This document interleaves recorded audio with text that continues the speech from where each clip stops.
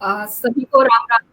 मैं वंदना चौधरी शब्दाक्ष शब्द वीणा केंद्र पेज पर आज हम अ, सत्यम शिवम सुंदरम कार्यक्रम में आदरणीय नंदन गुप्ता जी के साथ वार्ता के लिए लाए हैं और मैं सभी का अभिनंदन करती हूँ। हमारे अ, जो वरिष्ठ साहित्यकार हैं उत्तराखंड वीणा से, उनका भी मैं बहुत अभिनंदन करती हूँ। हमारे साथ जो भी ऑनलाइन सभी लोग जुड़े हुए हैं, मैं सभी का हार्दिक अभिनंदन करती हूँ। मेरी आवाज़ सही से आ रही है सभी को? इको तो नहीं हो रही है? इको नहीं हो रही है? अभी थोड़ा एक बार बता दीजिए, इको आवाज़ हो रही है मेरी? क्योंकि मुझे आवाज आवाज थोड़ी सी डिस्कनेक्ट हो रही है, हल्की फुल्की। डिस्कनेक्ट हो रही है आवाज़। ओके, क्योंकि नेटवर्क तो सही चल रहा है।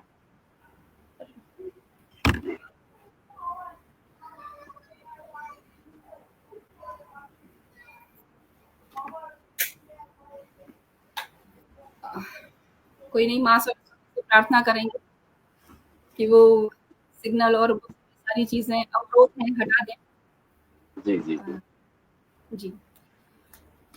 सभी का पुनः अभिनंदन, सभी को पुनः राम राम। मैं वंदना चौधरी शब्द वीणा केंद्र पेज पर आप सभी का स्वागत करती हूँ। सत्यम शिवम सुंदरम के आज की वार्ता में हम अभिनंदन करते हैं आदरणीय नंदन गुप्ता जी का, जो उत्तराखंड शब्द वीणा की समिति से के कोषाध्यक्ष हैं और एक वरिष्ठ साहित्यकार हैं। आज उनसे हमें बहुत कुछ सीखने के लिए मिलेगा। हम उनसे बहुत सी चर्चा करेंगे। तो हम माँ शारदे का आह्वान करते हैं कि वो इस कार्यक्रम को सफल बनाए अपने आशीर्वाद से। तो मैं आदरणीय जी से प्रार्थना करती हूँ कि वो माँ सरस्वती को इस मंच पर आमंत्रित करें। जी सर। मैं सर्वप्रथम शब्द वीणा के सभी दर्शकों, श्रोताओं और सभी जनों का बहुत बहुत स्वागत अभिनंदन करता हूँ और शब्द वीणा की राष्ट्रीय संस्थापक अध्यक्षा डॉक्टर रश्मि प्रियदर्शनी जी का विशेष तौर पर आभार व्यक्त करता हूँ, जो आज उन्होंने ये कार्यक्रम शब्द वीणा के माध्यम से शब्द वीणा के पटल पर मुझे आमंत्रित किया।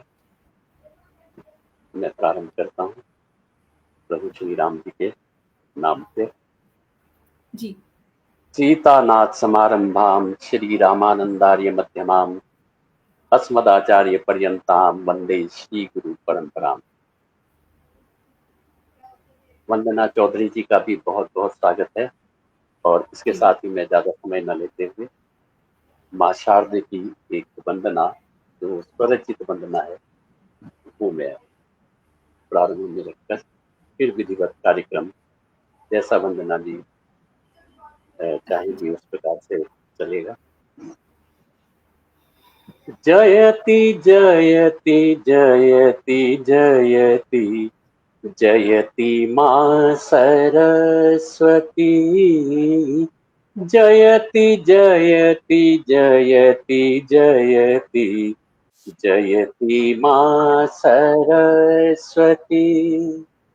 दो मुझे वरदान माते, दो मुझे कुछ ज्ञान माँ। जयति जयति जयति जयति जयति माँ सरस्वती। है तुम्ही से स्वर की रचना, सरगमों का सार है। ओ तुम्हारी गर कृपा तो राग रंग बहार है। वाणी में भर दो सुधा, वाणी में भर दो सुधा, हर लो तिमिर अज्ञान माँ।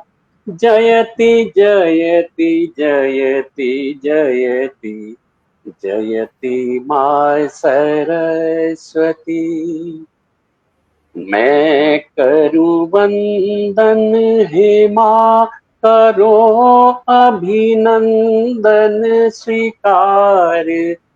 दो अगर रागों के मोती, दो अगर रागों के मोती, मोतियों का हार माँ, हार के आलाप दे दो। तो षडज का साहे माँ, जयति जयति जयति जयति जयति माँ सरस्वती।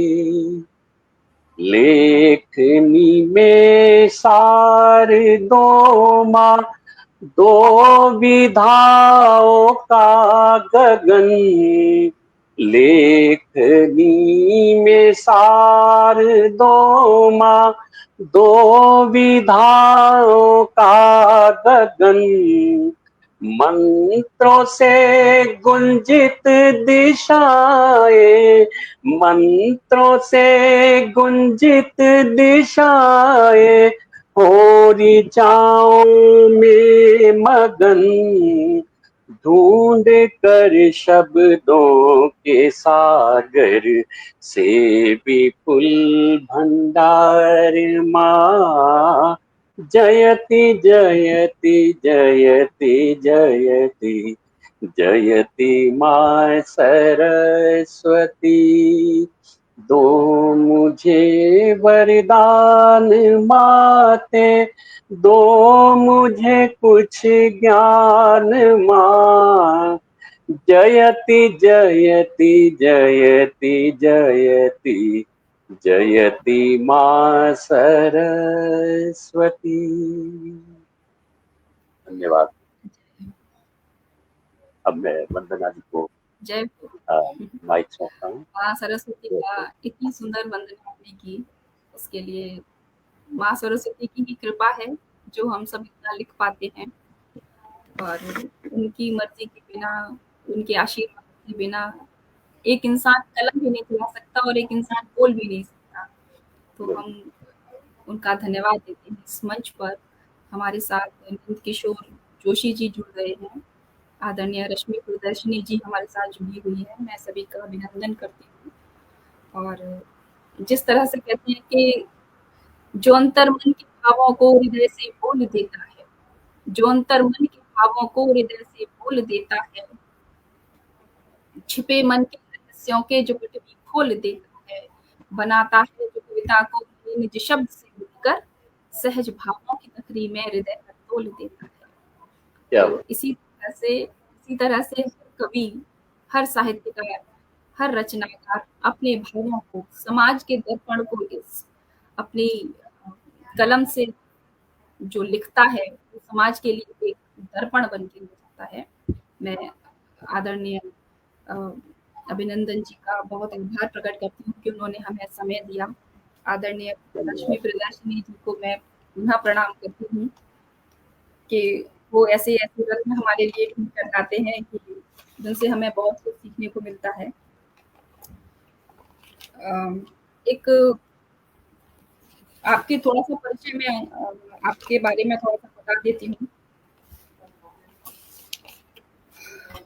कि आप उत्तराखंड शब्द वीणा समिति के कोषाध्यक्ष हैं, जो कि हमारे साथ लंबे समय से जुड़े हुए हैं। मैं आपका अभिनंदन करती हूँ। हमारी हरिद्वार की जो समिति है वो बहुत ही सशक्त है, उसमें बहुत अच्छे अच्छे साहित्यकार हैं, आदरणीय महावीर सिंह जी, शशांक जी, ऐसे ही आप कई सारे साहित्यकार हैं जो हर समिति में हमारे में बहुत अच्छे हैं, और सभी लोग अपने सहयोग से इस कार्यक्रम को आगे बढ़ाते हैं। सभी का अभिनंदन करती हूँ। आदरणीय अभिनंदन जी उत्तराखंड से हैं और इनकी 6 पुस्तकें प्रकाशित हो चुकी हैं और दो दो पुस्तकों का प्रकाशन अभी जारी है, और कई सारी पत्र पत्रिकाओं में विविध तरह के संकलन, दोहे, कुंडलियाँ, लघु कथाएँ। और एक विशेष बात आदरणीय के लिए कि राम भक्त है, और मैं उनको को पुनः राम-राम करती हूँ, क्योंकि जिस पर राम की कृपा होती है, उस पर कृपा हर कोई करता है। आप पर कृपा की है, हम सभी पर कृपा करें राम जी। ऐसा मेरी उस ईश्वर से विनती है कि सभी को स्वास्थ्य दे, सभी को अच्छी मानसिकता दे, सभी को अच्छे कर्म दे। और इसी के साथ मैं आपसे पहला प्रश्न, आप तैयार हैं सर? जी। जी। साहित्य में कहा गया है कि हिते सह इति षष्टिमूलतस्य भावः साहित्यम्। मतलब साहित्य का मूल तत्व सबका हित और साधना, सबका हित साधना है। साहित्य का मूल तत्व यही है। बिल्कुल। लेकिन क्या आज के समाज में इस तरह के कर्तव्य जो हम साहित्यकार हैं वो कर रहे हैं क्या? क्या समाज का हित कर रहे हैं या हम केवल सिर्फ अपना हित कर रहे हैं? इस बात पर मैं आपके विचार जानना चाहती हूँ। ये आपका प्रश्न आज के परिदृश्य में बहुत ही एक ऐसा सवाल है जिसका उत्तर देना थोड़ा कठिन भी है, लेकिन आज के परिदृश्य को देखते हुए मेरे अपने विचार में ये है कि साहित्य तो साहित्य ही है, और साहित्य का जैसा कि आपने बताया कि हित साधना और समाज के हित को ध्यान में रखते हुए ही इसका आगे जो भी मतलब जो भी साहित्यकार हैं, इस बात को ध्यान में रखकर ही उनको आगे चलना चाहिए। लेकिन कुछ समय से हमारे देश में देखने में आ रहा है कि साहित्य जो कि पढ़ने लिखने सुनने का एक मुख्य साधन होता था, वो अब पीछे छूटता जा रहा है थोड़ा।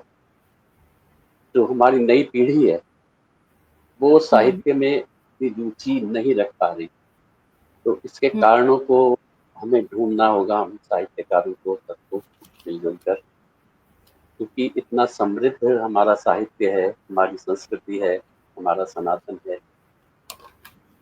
अब ये क्या कारण है कि पीछे छूट रहा है? उसमें कुछ कारण ये भी हो सकते हैं कि साहित्यकार अपनी जो जिम्मेदारी है, अपना जो योगदान है, वो उस प्रकार से नहीं कर पा रहे, या जो समाज को चाहिए वो नहीं समाज को मिल पा रहा, और कहीं बहुत हद तक जो आजकल पहले टीवी का जमाना आया उसमें लोग मशगूल हो गए, उसके बाद फिर ये मोबाइल का जमाना आया है, और अब ओटीटी और प्लेटफॉर्म अनेक तरह की ऐप, अनेक तरह के, तो ये सब इसमें उलझ के रह रहे हैं इंसान। और ऐसा नहीं है कि अच्छे साहित्य की डिमांड नहीं है, डिमांड है भी, और अच्छा साहित्य आ भी रहा है, लेकिन इसमें बहुत सुधार की अति गुंजाइश है कि समाज को अच्छे से अच्छा साहित्य मिले, जिससे कि समाज साहित्य का दर्पण है। इस प्रकार का भी एक बोला जाता है कि इस समय समाज की जैसी स्थिति होती है उसी तरह का साहित्य उस समय सामने आता है। और यही इसमें बाद में मैं अपने विचार रखता हूँ कि हम सभी साहित्यकारों का इसमें योगदान भरपूर होना चाहिए, और अच्छे से अच्छा साहित्य, उसमें इस प्रकार का फूहड़ता या इस प्रकार का उसमें हास्य में भी जिस प्रकार का आजकल चल रहा है, चुटकुलेबाजी, तो उन सब का समावेश ना हो के एक कोई मुख्य संदेश जाना चाहिए साहित्य से। बिल्कुल, यही बात मैं इसी बात यही बात बहुत जरूरी है कि साहित्यकार, जो साहित्य की गरिमा है, जो साहित्य का उद्देश्य है, सबसे बड़ा उद्देश्य है कि एक तो संस्कृति सभ्यता, भाषा का विकास, नैतिक मूल्यों का विकास, नैतिक मूल्यों का विकास जो भाषा के माध्यम से हम एक जागृत करते हैं, उसका बहुत अभाव रह जाता है कभी-कभी, क्योंकि मंचों से इस तरह की भाषा बोली जाती है, इस तरह की बातें बोली जाती हैं कि जो समाज को डायरेक्ट लोग प्रत्यक्ष रूप से जब मंच पे कवि को सुनते हैं तो सीधा प्रभाव पड़ता है। क्योंकि जो आम जनता है वो साहित्य को नहीं पढ़े, बहुत से लोग नहीं पढ़ पाते हैं साहित्य को, लेकिन जब मंचों से लोगों को जब सुनते हैं तो भाषा उनको बहुत प्रभावित करती है। और एक साहित्यकार होने के नाते भाषा की मर्यादा उसका सबसे बड़ा लक्षण होना चाहिए मेरे ख्याल से। और अ, बात ये भी है कि एआई के ज़माने में जब हम आगे बढ़ रहे हैं, तो बहुत सारी चीज़ें ऐसी हो जाती हैं कि जो हिंदी साहित्य या जो भी लोक साहित्य है, वो पीछे हट जाता है सर। आप मानते हैं इससे आने वाले ज़माने बिल्कुल, में ये बहुत ज़्यादा अ, विशाल रूप रखने वाला है? बिल्कुल आपने जैसा कहा कि मंचीय जो अ अ, के द्वारा साहित्य जो परोसा जाता है, वो उच्च कोटि का होना चाहिए और हुँ, सीधा प्रभाव उसका दर्शकों पर पड़ता है, श्रोताओं पर पड़ता है।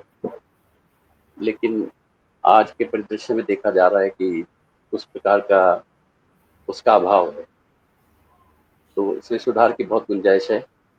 नैतिक मूल्यों की भी बात की आपने, नैतिक मूल्य भी होनी चाहिए, मर्यादा भी भाषा की होनी चाहिए, तभी उसमें साहित्य में स्पष्टता होनी चाहिए और एक संदेश होना चाहिए साहित्य के द्वारा, जिससे कि जो हमारी सनातन संस्कृति है, जो इतनी समृद्ध पहले से ही है, उसको भी अगर हम उजागर करें अपने साहित्य के द्वारा, तो वो ही इतना समृद्धशाली है कि और किसी चीज़ की ज़रूरत ही नहीं रहती। हम अगर उसी को अपने शब्दों में आगे बयान करें, तो वो ही बहुत कुछ आगे दे सकता है। तो साहित्य की हुँ, बात तो ये है कि आजकल पढ़ने वाले कम हो गए हैं हुँ, और पहले आप मनन का ही युग था कि लोग स्वाध्याय बहुत करते थे और उसके द्वारा साहित्य का प्रचार प्रसार बहुत ज़्यादा होता था। लेकिन वो समय है, डिजिटल युग है, तो इस समय उसी तरह से चला जाएगा। लेकिन उसमें भी साहित्य की मर्यादा को तो रखना ही पड़ेगा। जी, साहित्य की मर्यादा बहुत ज़रूरी है। साहित्यकार होने के नाते, एक भाषा विज्ञ होने के नाते हमारे साथ आपने लोक साहित्य की भी बात की कि लोक साहित्य पीछे छूट जाता है। ये बात हाँ, मैं सही अब है कि लोक यही हाँ, आगे लोक बढ़ूँ। लोक साहित्य जो है, लोक साहित्य का एक अपना अलग स्थान है हमारे समाज में हुँ, और लोक साहित्य इस समय, जहाँ तक मैं समझ रहा हूँ, ये काफ़ी काफ़ी कुछ जो है परिवारों के माध्यम से और परिवार में पीढ़ियों के माध्यम से आगे बढ़ता था लोक साहित्य, हुँ, जो है एक परंपरा थी कि दादी-नानी जो लोक हुँ, साहित्य होता था, उसको आगे बढ़ाती थी, फिर वो बच्चों में जाता था, फिर वो आगे जाता था। इस प्रकार से उसका प्रचार-प्रसार बहुत ज़्यादा होता था। तो लोक साहित्य को बचाने का लोक साहित्य को बचाने का इस समय आवश्यकता है और हमारे यहाँ तो खैर इसमें काफ़ी काम हो रहा है उत्तराखंड में। हमारे यहाँ 2 संस्कृतियों का ज़्यादा, एक गढ़वाल संस्कृति है और एक हुमायूनी संस्कृति। तो जी, सरकार इस पे बहुत ध्यान दे रही है और लोक साहित्य के लिए बहुत काम कर रहे हैं हमारे धामी जी और जी, वो भाषा के ऊपर भी उन्होंने एक सम्मान भी जी, राजभाषा बिल्कुल। के हिसाब से उन्होंने एक चलाया है, जिससे कि इसमें काफ़ी कुछ सुधार आए। तो लोक साहित्य को बढ़ाना बहुत ज़रूरी है।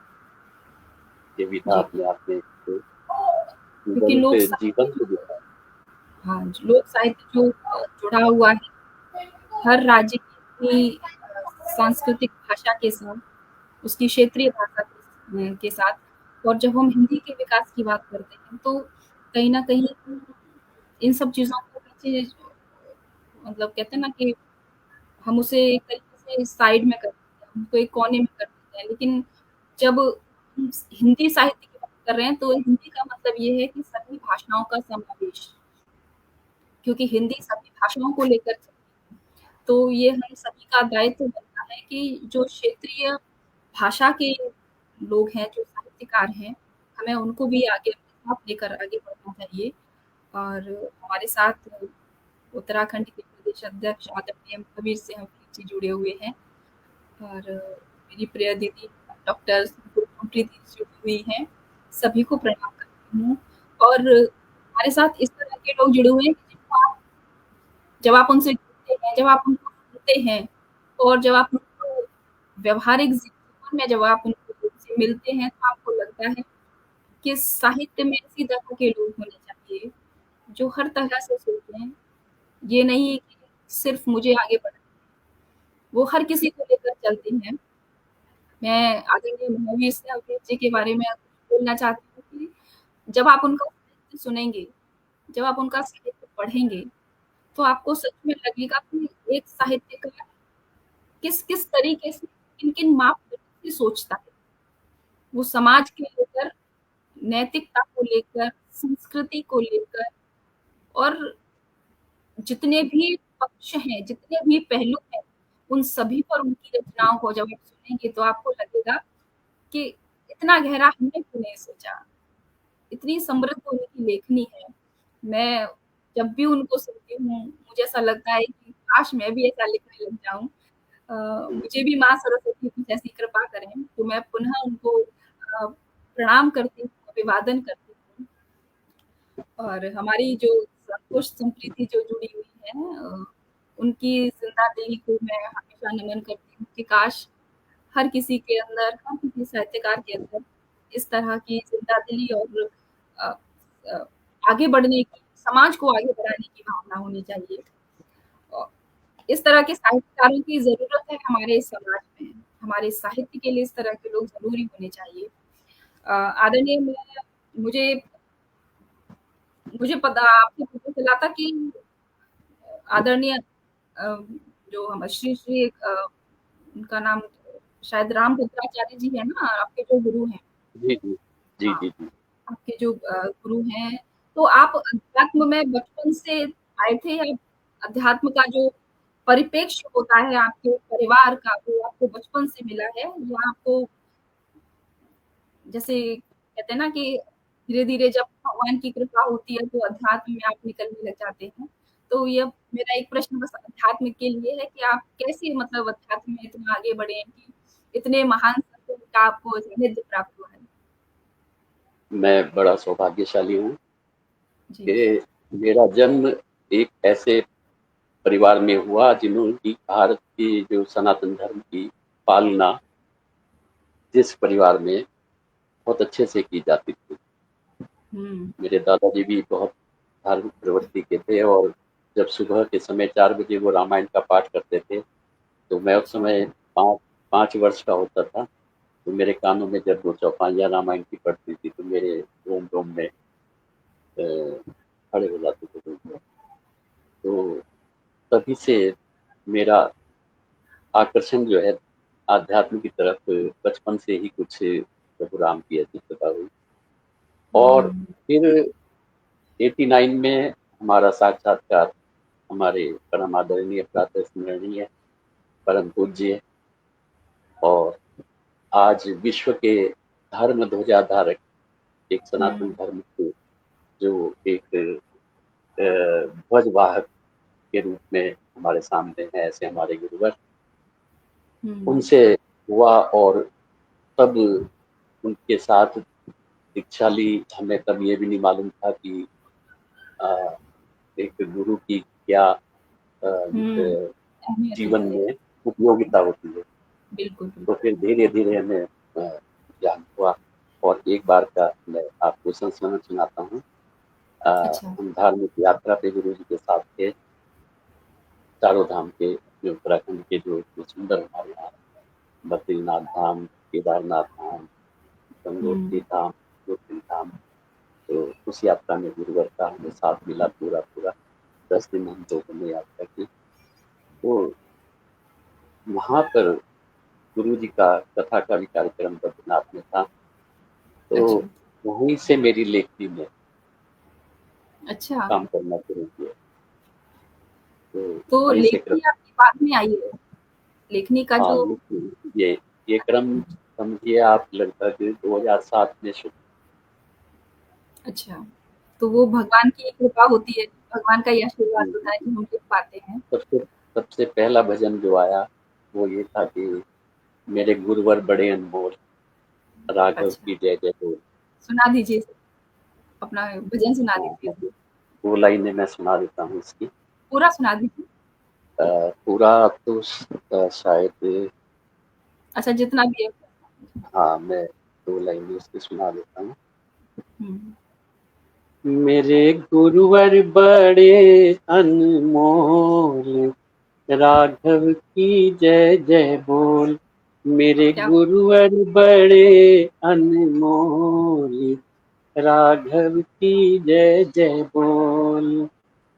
गुरुवर मेरे अंतर्यामी, गुरुवर मेरे अंतर्यामी, गुरुवर मेरे अंतर्यामी। मेरे गुरुवर बड़े अनमोल, राघव की जय जय बोल। इस प्रकार से ये रचना है, बहुत खूबसूरत। क्या मैं इस समय ये आपको सुना नहीं पा रहा हूँ। तो इसके बोलों से ही आपको लग रहा होगा कि भाव इसमें काफी कुछ है। लेकिन एक रचना मैं गुरुवर की आपको सुनाता हूँ। जी। गुरुवर तुम्हारे पद कमल पर, वारी वारी जाऊं मैं।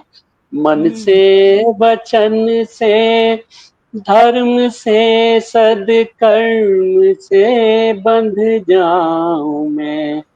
गुरुवर तुम्हारे पद कमल पर, वारी वारी जाऊं मैं।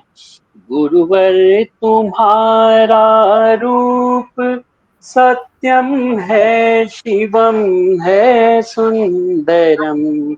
कर दो कृपा प्रभु आप, इस भव बाधा से तर जाऊं मैं। गुरुवर तुम्हारे पद कमल पर, वारी वारी जाऊं मैं। जब भी विषम या सम विपत्ति ने मुझे घेरा, कभी हुँ, आया तुम्हारा ध्यान, क्षण भर में मिटी बाधा सभी। क्या गुरुवर तुम्हारी क्षमता का नहीं कोई पारावार है। अक्षम है हम, मन में हमारे प्रश्नों का आगार है। संबल तुम्हारा मिल रहा, अब हो रहा विस्तार है। संबल ना ये छूटे कभी, मन का यही आधार है। सदनेह की वर्षा सभी पर आप बरसाते रहें। हो पूर्ण सद संकल्प जन मानस को हर्षाते रहे। नंदन अभिनंदन चरण रज में यूं ही पलता रहे। मधुपर्क पद कमलावली का बस यूं ही मिलता रहे। गुरुवर तुम्हारे पद कमल पर वारी वारी जाऊं मैं, मन से वचन से धर्म से सदकर्म से बंध जाऊं मैं। गुरुवर तुम्हारे पद कमल पर वारी वारी जाऊं मैं। बहुत ये सुंदर। गुरुवर कृपा प्रसाद, अच्छा, ये गुरुवर की ये गुरुवर पुस्तक कृपा है। प्रसाद। अच्छा, आपकी गुरुवर कृपा प्रसाद जी। आपने अपने गुरु को समर्पित की है ये, है ना? अच्छा, हाँ जी। और पुस्तक। ये अभिनंदन भजन मुक्तावली, ओहो! ये अभिनंदन भजन मुक्तावली, तो इसमें भजन का संग्रह है, ओह! वाह! सुंदर है। और इसी प्रकार से ये राम सुख साथ, राम भगति सुख साथ, राम भगत सुख सागर, राम राम भगति सुख साथ भगति सुख सागर। जी। वाह! राम भगति सुख साथ, इसमें 108 इसमें चौपाइयाँ हैं लगभग। चौपाई क्या कहें उसको, एक भजन का ही आनंद है इसमें। अच्छा। तो हुँ। मैंने गुरु जी को ये अपना सुनाया जब, तो कहने जय लगे मैं आपको गुरु जी ने तुरंत ही, वो तो आशु कवि हैं गुरु जी हमारे, उन्होंने बड़े बड़े महाकाव्य और गीत रामायणम लिखा है, अरुंधति महाकाव्य लिखा है। और अभी अभी आपको बताई मैंने कि 12,000 पुस्तकों का जो पतंजलि हुँ। पाणिनि का अभी जाकर, तो उसको आगे बढ़ाया है गुरु जी ने। और प्रस्थान त्रयी का राघव कृपा भाष्य, उसमें 3 अच्छा। ब्रह्मसूत्र, नारद भाष्य, इस प्रकार से 3 चीजों को मिलाकर प्रस्थान त्रयी बनती है। तो उसका गुरु जी ने पुनर्नयन किया। तो अच्छा। गुरुवर तो एक 250 से 270 के लगभग आपके ग्रंथ हैं जो वो लिख चुके हैं अभी तक हमारे हुँ। हृदय। और ज्ञानपीठ पुरस्कार अभी अभी ज्ञानपीठ गुरु जी को पुरस्कार प्राप्त मिला हुआ, अभी। अभी अभी मिला है। और हुँ। यश भारत पुरस्कार तो गुरु जी के लिए, पुरस्कारों को ही पुरस्कृत हो जाते हैं, पुरस्कार ही बिल्कुल, पुरस्कृत हो सही बात जाते हैं गुरु जी सही को बात। मिलके। तो पुरस्कार उनके लिए जो जी, भक्ति का जो पुरस्कार है, जो ईश्वर का प्रेम है, वही उनका सबसे बड़ा पुरस्कार है। जी, ये तो माया जी जगत के जितने पुरस्कार हैं, वो उनकी उनकी भक्ति को समाहित नहीं कर सकते, तो उनको मैं तुलना इसकी नहीं बात कर कर रहा सकते। था आपको। इसका मैं 1-2 आपको सुनाऊँ इसका कुछ? हाँ, बिल्कुल, बिल्कुल, बिल्कुल। गुरुजी ने जो लिखा था तो वो लिखा था कि अभिनंदन कृत बसुक हरि राम नाम मणिहार, हुँ। सादर वैष्णव जन बढ़ो राम भगति सुख सार। तो हुँ। ये गुरु जी ने इसमें ऐड किया था। उसके अच्छा, बाद अच्छा। मैंने, हाँ, तो इसमें फिर मैंने वो लिखा था, राम ही गाओ, राम की शरण में आओ, राम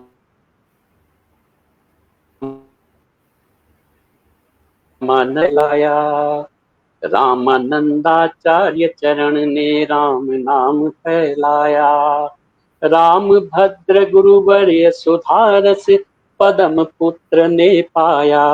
राम ही गाओ, क्या राम बात! की शरण में आओ। ओ प्रणत श्री राम चरण में राम ही गाते जाओ। राम नाम की ओढ़ चदरिया राम मगन हो जाओ। हुँ। राम गाओ, राम की शरण में आओ। राम ही गाओ। तनिक भी दर्द पराया पगले, कर तू अपना समझे। नहीं दूर तू उस मंजिल से जिसको जीवन तर से। राम ही गाओ, राम की शरण में आओ। राम हुँ। नाम का दूध कटोरा भर कर पी ले प्राणी। हुँ। राम नाम का दूध कटोरा भर कर पी ले प्राणी। भूख मिटा दे जन्म जन्म की सफल तेरी जिंदगानी, राम ही गाओ, राम की शरण में आओ। हम्म, गाते हैं 108 इस पे क्या की बात है। रचना है। एक तो राम जी का नाम सुनकर मेरे को अंदर मन से अलग ही खुशी होती है। और सबसे बड़ी बात है कि हमारे जीवन में जो गुरु का स्थान है, तो कहते हैं ना, ईश्वर से बिल्कुल भी बड़ा गुरु होते हैं। बिल्कुल और बिल्कुल जब गुरु का आशीर्वाद मिल जाता है ना, तो ये इंसान को ये ज़रूरी नहीं है कि वो बचपन से लिख रहा है या क्या कर रहा है। उसको जब गुरु का सानिध्य मिलेगा, तभी से उसके गुण, उसके सारा उसका ज्ञान, उनका आशीर्वाद आशीर्वाद के रूप में उस व्यक्ति का अपने आप ही उद्धार हो जाता है। तो बिल्कुल। आपको मैं तो राम। मैं मैं अपने जन्म को बिल्कुल एक सार्थक मानता हूँ कि हाँ, गुरु जी का आशीर्वाद पाकर, और फिर इस ये विधा जिसको मैंने कभी सोचा भी नहीं था, क्योंकि मैं बिल्कुल। अच्छा। शुद्ध रूप से व्यवसायी, और हुँ, मेरी शिक्षा भी कॉमर्स की है। तो अच्छा। ये ये साहित्य का जो एक ये अलग से ही मेरे जीवन में पदार्पण हुआ, तो ये बड़ा आश्चर्यजनक एक मुझको घटना लगती है। उसके बाद फिर मेरी ये सरस्वती शायरी से फूल और कांटे, ये अच्छा, सेकंड पार्ट है। ये इसका सरस्वती शायरी से फूल और सरस्वती कांटे। सरस्वती शायरी से फूल और कांटे, अच्छा, तो अच्छा, ये क्या। इसका प्रथम भाग, और ये अभी द्वितीय भाग ये इसका अभी मेरे हाथ में आया है, तो इसका लोकार्पण अभी हुँ, होना है। और ये भावों की भागीरथी, ये कविता की पुस्तक है। जी, इसमें जी, जी, लगभग 100 के लगभग कविताएं मेरी इसमें प्रकृति से जुड़ी हुई भी हैं, क्या और बात। सामाजिक रचनाएं भी इसमें है, और राष्ट्र प्रेम की रचना भी है। क्या बात तो है। सभी इन, मतलब और हर इसके क्षेत्र बाद में आपने लिख रखा है, हर क्षेत्र में। अब जैसे देखिए, मैं कभी ये नहीं सोच के बैठता हूँ कि आज मैं लिखूंगा, जी, आज मैं लिख के बैठ रहा हूँ तो लिखूंगा। मुझे तो माँ सरस्वती का जब भी आशीर्वाद मिलता है, तो स्वतः स्फूर्त कुछ हुँ, पंक्तियाँ मुझे में आती है संज्ञान में, तो मैं तुरंत कलम निकाल के उसको फिर लिखने बैठ जाता हूँ, और माँ उसको पूरा आशीर्वाद मुझे देती है। और ये मेरी एक वासना या प्यार, अरे वाह!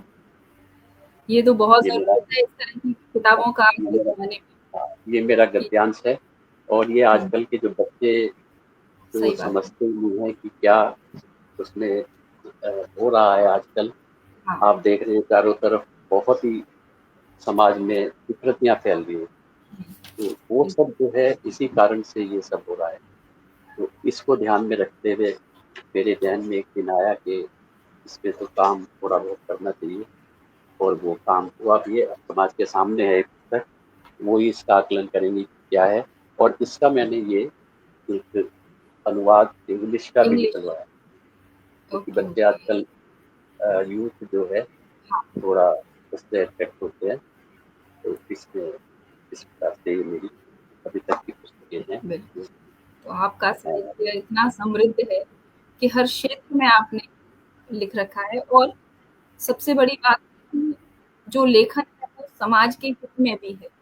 ये बहुत बड़ी बात है जो आपने अभी जो पुस्तक दिखाई, जो नव पीढ़ी इस तरह की किताबें पढ़ेगी तो उसको पता चलेगा। और वैसे भी हम किसी भी मंच से अगर जुड़े, तो हमारा दायित्व ये होना चाहिए कि हम उस मंच से एक ऐसा संदेश दें समाज के लिए, पीढ़ी के लिए, कि वो कम से कम जो भी इंसान व्यक्ति उसको सुनेगा तो उसको लगेगा कि हाँ, मुझे इस क्षेत्र में भी काम करना है। क्योंकि लेखन का जो कार्य है, वो हम आजकल फ़ेसबुक के माध्यम से, अलग तरीके से सोशल मीडिया के माध्यम से हम लोग करते हैं, मंचों से करते हैं। और एक संदेश जो समाज के लिए जाना चाहिए, वो बहुत ज़रूरी है हर साहित्यकार के लिए। आदरणीय इसमें इसमें संजीव यही सारस्वत जी हमारे साथ जुड़ गए हैं, उनका अभिनंदन करती हूँ। जी सर। मैं भी तो प्रणाम करता हूँ। जी। मैं ये कहना चाह रहा था कि प्रेम हो तो मीरा जैसा हो, प्रेम हो तो राधा जैसा हो। हम्म, प्रेम का कोई जैसे आकलन करते हैं लोग, वो प्रेम को आदमी दूर रह के भी किया जा सकता है। तो हम्म, इसमें इन्हीं बातों का मैंने वर्णन किया है कि प्रेम किस प्रकार से वासना पूर्ति, उसको प्रेम नहीं कहते, वो प्रेम हम्म, नहीं है, वो तो एक शरीर का की भूख है, तन की आकर्षण, भूख है। आकर्षण, बिल्कुल, तो इस शारीरिक। प्रकार से, और प्यार में स्वार्थ भी नहीं होता, प्रेम में स्वार्थ भी नहीं होता। हम्म, अगर स्वार्थ है तो वो प्रेम नहीं है। प्रेम नहीं।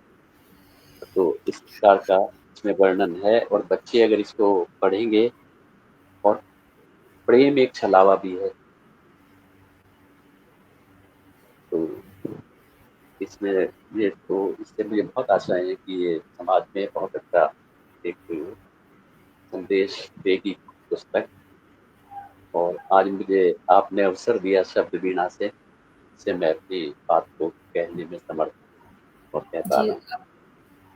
बिल्कुल। शब्द वीणा का जो मंच है वो सामाजिक, साहित्यिक, आध्यात्मिक क्षेत्र में जो भी हमारे वरिष्ठ हैं, जो भी इस क्षेत्र में आगे बढ़ते हैं, उन सभी को इस तरह का मंच देते हैं ताकि हम उनसे बहुत कुछ सीख सकें। और इसकी प्रेरणा भी हमें रश्मि प्रियदर्शनी जी ने दी है, क्योंकि हम हर क्षेत्र में आगे नहीं बढ़ सकते, क्योंकि व्यक्ति का उस क्षेत्र से आगे बढ़ना मुमकिन नहीं हो पाता है, लेकिन आजकल सोशल मीडिया पर सभी लोग रहते हैं, तो हम सभी को सुन सकें, सभी से कुछ ना कुछ सीख सकें, ये हमारे इस कार्यक्रम का अ, उद्देश्य है। इसी तरह के आप साहित्यकार अध्यात्म के क्षेत्र में आगे आने के लिए, सांस्कृतिक क्षेत्र में, और आप संगीत में भी आपका कुछ मैंने सुना है, आप रुझान है सर हाँ, संगीत संगीत में? में मैंने संगीत मुझे बचपन से ही विरासत में मिला, और मैंने संगीत में प्रभाकर किया है प्रयास से, और आकाशवाणी पे भी मैं जी, कलाकार रह चुका हूँ वोकल का, तो संगीत के क्षेत्र में भी, तो और दिनों आपने के माध्यम से। 2007 से और अभी 2025 तक आपकी जितनी उपलब्धि है वो बहुत ज़्यादा, बहुत ज़्यादा है, क्योंकि जो हाँ, बचपन से भी सब। लिख रहा है, उसको भी अभी जी। तक इतनी तरक्की नहीं मिल पाती है। जो उसका मतलब जितना सहयोग करना है समाज के लिए, वो इतना नहीं है। और मैं समझती हूँ कि इसका बहुत बड़ा जो आशीर्वाद है, वो आपके गुरुजी की तरफ से है, ईश्वर की तरफ से है। बिल्कुल, बिल्कुल। तो एक मैं मैं प्रभु राम जी का, अपने इष्ट देव का बड़ा धन्यवादी हूँ कि बिल्कुल। मेरे जीवन के उत्तरार्ध में इस प्रकार हुँ, का एक वातावरण बना, और समाज के लिए कुछ हो पा रहा है, कर पा रहा हूँ, या जी, जो जी। भी है, तो इससे संतोष मिलता है, मुझे आत्मिक संतोष मिलता है इससे। कुछ सुना दीजिए। हाँ, मैं अपनी एक कविता है मेरी, मैं हुँ, आपके सामने रखता हूँ। ये कर्म क्षेत्र को लेकर एक कविता है मेरी, कि हुँ, कर्म से तो भागना ही नहीं चाहिए इंसान को, कर्म करेगा तभी उसका, और वो भी अगर उसमें फल की इच्छा ना हो तो और भी सोने पे सुहागा। तो बिल्कुल, ये तो बहुत मुश्किल कर्मशीलता ही होता है। जीवन के, कर्मशीलता ही जीवन के संशय सब हर लेती है। एक हुँ, ना एक दिन जीवन रस से मधु प्याला भर देती है। हाँ, कर्मशीलता ही जीवन के संशय सब हर लेती है। एक ना एक दिन जीवन रस से मधु प्याला भर देती है। ठोकर पर ठोकर फिर ठोकर खाकर जो भी संभल गया, इतिहासों हुँ, के पन्नों पर वह ध्रुव तारा बन चमक गया। वो हुँ, सजीव जीवन जीने का जब लक्ष्य निरंतरता से, हुँ, अंतर मन अंगार बने, वो ज्वाल ज्वाल क्षण भर में, हुँ, नव दीपों की बाती नव दीपों में जल जाए, नव जीवन का नव अंकुर जनमानस में लहरा जाए। हुँ, कर्मशीलता जनमानस के लिए अगर मन के अंदर, कर्मशीलता जनमानस के लिए अगर मन के अंदर, लक्ष्य सुगम संतोष अगम पैदा होता मन के अंदर। हुँ। क्या अगर बात कर्मशीलता जनमानस के लिए है तो उसका है। जो संतोष है वो आत्मिक संतोष, वो अवर्णनीय हुँ, है जीवन में संचार अगर जी लो जी भर कर जीवन, कर्म योग में धर्म योग से तन मन से हो जाए पावन, हुँ, जीवंत बने हो सिद्ध कर्म सृष्टि सिद्ध व्यापक दृष्टा, सर्वत्र सकारात्मकता से सुलभ सृष्टि जन के सृष्टा। हुँ, कर्मशीलता को लेकर एक संदेश कि कर्मशील बहुत आदमी को होना चाहिए। और कर्मशीलता अगर आपके समाज के लिए है, राष्ट्र के लिए है, तो वो वंदनीय है, वो और हुँ, भी ज्यादा आत्मिक संतोष प्रदान करती बिल्कुल, है। और एक विरह की रचना अगर आप कहें तो मैं, जो बिल्कुल बिल्कुल, अलग विधा, कुछ हाँ, बिल्कुल गीत अलग विधा गीत में बिल्कुल है। सुना दीजिए गीत में। तेरी सखी का से कहूँ मनवा की पीर, हुँ, तेरी सखी का से कहूँ मनवा की पीर, विकल मोरा जियरा मन हुआ अधीर रे, तेरी सखी का से कहूँ मनवा की पीर,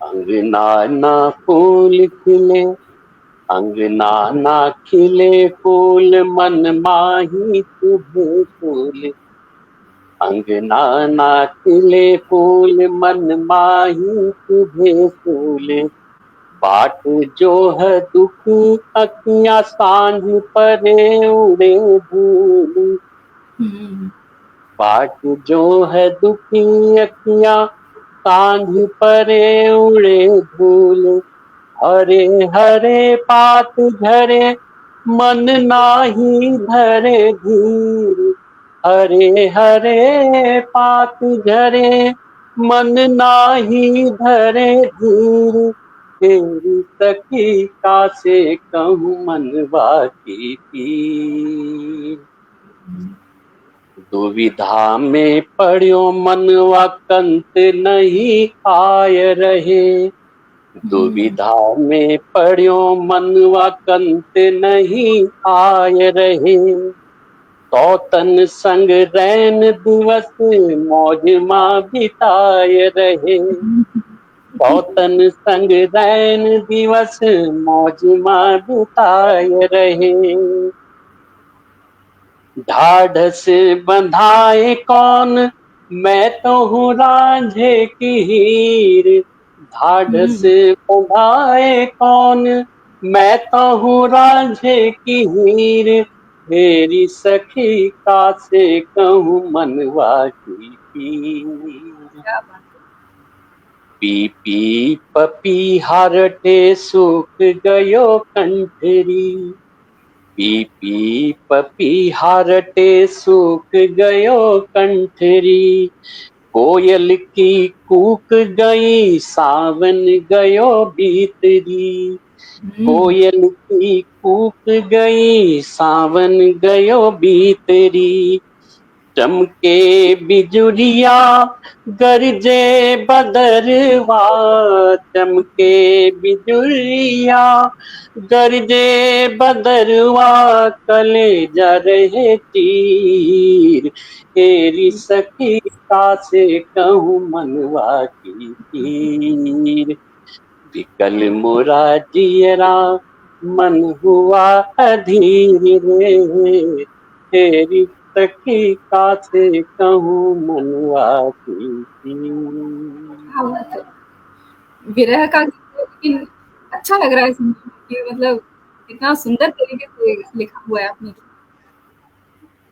विरह का गीत एक शांति और एक गंभीरता हो जाती है, लेकिन इसमें मुस्कुराहट आ रही है चेहरे पर। हाँ, कितना इसमें अब ये सब देखिए ईश्वर की कृपा है कि ये मैंने एक ही कलम एक बार उठाया और इसको बस पूर्णता की ओर कलम गई, कोई करेक्शन नहीं, कुछ नहीं। बिल्कुल, क्योंकि हृदय के भाव थे ना, माँ सरस्वती की कृपा थी, कोई की बात ना समझे। कभी-कभी क्या होता है कि हम जब लिखते हैं अपनी मर्ज़ी से, जब ज़बरदस्ती से जब हम लिखते हैं, तो उसमें बहुत सारी चीज़ें गड़बड़ हो जाती हैं। लेकिन जब ईश्वर की कृपा होती है, तो वो एक रचना आपकी ऐसी बनेगी कि उसमें आपको कोई भी गलती मिलेगी नहीं, कोई भी गलती नहीं। जी, ये सच में ईश्वर की बहुत बड़ी कृपा है कि आप इतना अच्छा लिख पाते हैं, हर क्षेत्र में आपने लिखा है और ये एक बहुत बड़ा आशीर्वाद है आपके गुरु का, माँ सरस्वती का, भगवान श्री राम का और हम सभी को इस तरह का आशीर्वाद मिले ताकि हम कुछ भी ऐसे समाज के लिए कुछ लिख सकें। हमारे बिल्कुल। साथ सरोज कुमार, फतेहपाल सत्संग जी, महावीर सिंह जी, आदरणीय रश्मि प्रदर्शनी जी, शाश्वत संजीव शाश्वत जी, वो भी रुद्रपुर के उत्तराखंड के हैं, शायद आप जानते होंगे उन्हें। और जी, प्यारचंद कुमार जी, हमारे साथ बहुत सारे लोग जुड़े हुए हैं और आपको सभी आपका को अभिनंदन मेरी कर ओर रहे हैं से सादर कि आपने प्रणाम। इतनी अच्छी चीज़ों और इतने सुंदर गीतों को यहाँ पर रखा है। अगर मैं आपकी आज्ञा हो तो जी, एक चांदनी की चादर नाम की मेरी एक कविता है। ये आज्ञा नहीं सर, आपसे प्रार्थना सुनाई दी थी। जी, जी, जी। चांदनी की तांदी चादर धवल चंद्रमा ने, हुँ, चांदनी की तांदी चादर धवल चंद्रमा ने, और चादर में जड़े हीरे नवल तारा गणों ने, आहा! और और चादर में जड़े हीरे नवल तारा गणों ने। हुँ, इसमें क्या है कि रात का वर्णन होते होते ये सुबह तक इसका पूरी रात्रि में क्या क्या हो रहा है, तो अच्छा। मन की ये कल्पना है कि हुँ, हुँ, चांदनी चांद दी चादर धवल चंद्रमा ने, और चादर में जड़े हीरे नवल तारा गणों ने, हिम शिखरों का समुन्नत भाल शोभित शुभ्रता से, ज्वार उठकर भेदता है मर्म सागर के तलों से, हुँ, ज्वार उठकर भेदता है मर्म सागर के तलों से, ला तलों के सीप मोती बिखरे बिखेरे ज्वार ने, ला तलों के सीप मोती बिखेरे ज्वार ने, और चादर में जड़े हीरे नवल तारा। हुँ, एक बार मैं इसको फिर से रिपीट कर दूं। हिम जी, शिखरों का समुन्नत भाल शोभित शुभ्रता से, हुँ, ज्वार उठकर भेदता है मर्म सागर के तलों से, हुँ, ला तलों के सीप मोती बिखेरे ज्वार ने, और चादर में जड़े हुए नवल तारा। क्या बात है! भाषा पवन की की चा, हुँ, पवन की चालों में फंसकर पत्तियां हैं फड़फड़ाई, अच्छा। पवन की चालों में फंसकर पत्तियां हुँ, हैं फड़फड़ाई, सर्प मणियां भी बिहंसकर श्रृंखला में जगमगाई, आहा! सर्प मणियां भी बिहंसकर हुँ, श्रृंखला में जगमगाई, रजनी भर रश्मियां झिलमिलाई नील मणि ने, आय हाय! रजनी भर रश्मियां झिलमिलाई नील मणि ने, और चादर में जड़े हीरे नवल तारा गणों ने, चांदनी की तांदी चादर धवल चंद्रमा ने, आशावरी के स्वर बहे बांसुरी के स्वरों से, हुँ, आशावरी के स्वर बहे बांसुरी के स्वरों से, थिरक उठे पांव शोभित मृगांग का नृत्यांगना के, हुँ, हुँ, थिरक उठे पांव शोभित मृगांग का नृत्यांगना के, पुलकित हृदय की धमनियां थरथराई नृत्य ने, और चादर हुँ, में जड़े के तारा। क्या बात है! चांदनी की तांदी चादर धवल चंद्रमा ने, और चादर में जड़े हीरे नवल तारा गण। अब ये एक हाथ की और बंद में आपके सामने इसका पढ़ता हूँ। भोर की पहली किरण प्राची दिशा को भेद, हुँ, भोर की वो पहली किरण प्राची दिशा को भेदती, हो गई विलुप्त सभी रश्मियां जो थी खिली, हुँ, हो गई विलुप्त सभी रश्मियां जो थी खिली, खिलखिलाती अरुणिमा फैलाई उदित भानु ने, और चादर में जड़े हीरे नवल तारा गणों ने, चांदनी की तांदी चादर धवल चंद्रमा ने, और क्या चादर में जड़े हीरे नवल तारा। क्या बात है! भाषा की समृद्धता, भाषा की सुंदरता, बिंब, अलंकार, रस हर चीज़ संभालते हैं। बहुत सुंदर, बहुत सुंदर। इतनी गहराई से लिखा हुआ और इतनी सुंदर प्रकृति को बिंब बिंब के साथ, मतलब प्रकृति को ही प्रकृति का बिंब देना बहुत बड़ी बात है। और इतनी सुंदर भाषा, सच में बहुत अच्छा लगा आपसे बात करके, आपको सुन के सर। और इसी तरह के समृद्ध साहित्य का हमारे साथ अगर इस कार्यक्रम में जो सुन रहे हैं आना चाहते हैं, तो हम उनका बहुत बहुत स्वागत करते हैं।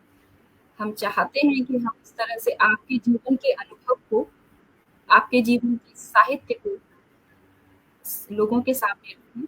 हम बहुत कुछ सीख सकते हैं, बहुत कुछ सीख सकते हैं हम।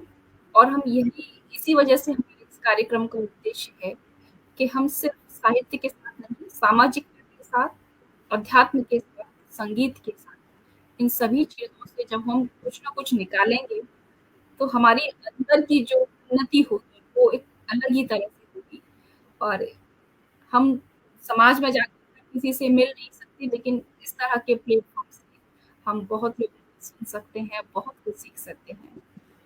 और इसी के साथ आपको अलविदा करने का मन नहीं कर रहा है ऐसा, क्योंकि आप, आपका जो साहित्य है, आपकी जो भाषा है, आपकी जो बातें हैं और आपकी जो जितनी भी रचनाएँ हैं, उन सभी को सुनकर ऐसा लग रहा है कि आज का जो मेरा लाइव है, जो मेरा कार्यक्रम है, वो सच में बहुत कुछ हम लोग सीख कर यहाँ से जाएँगे।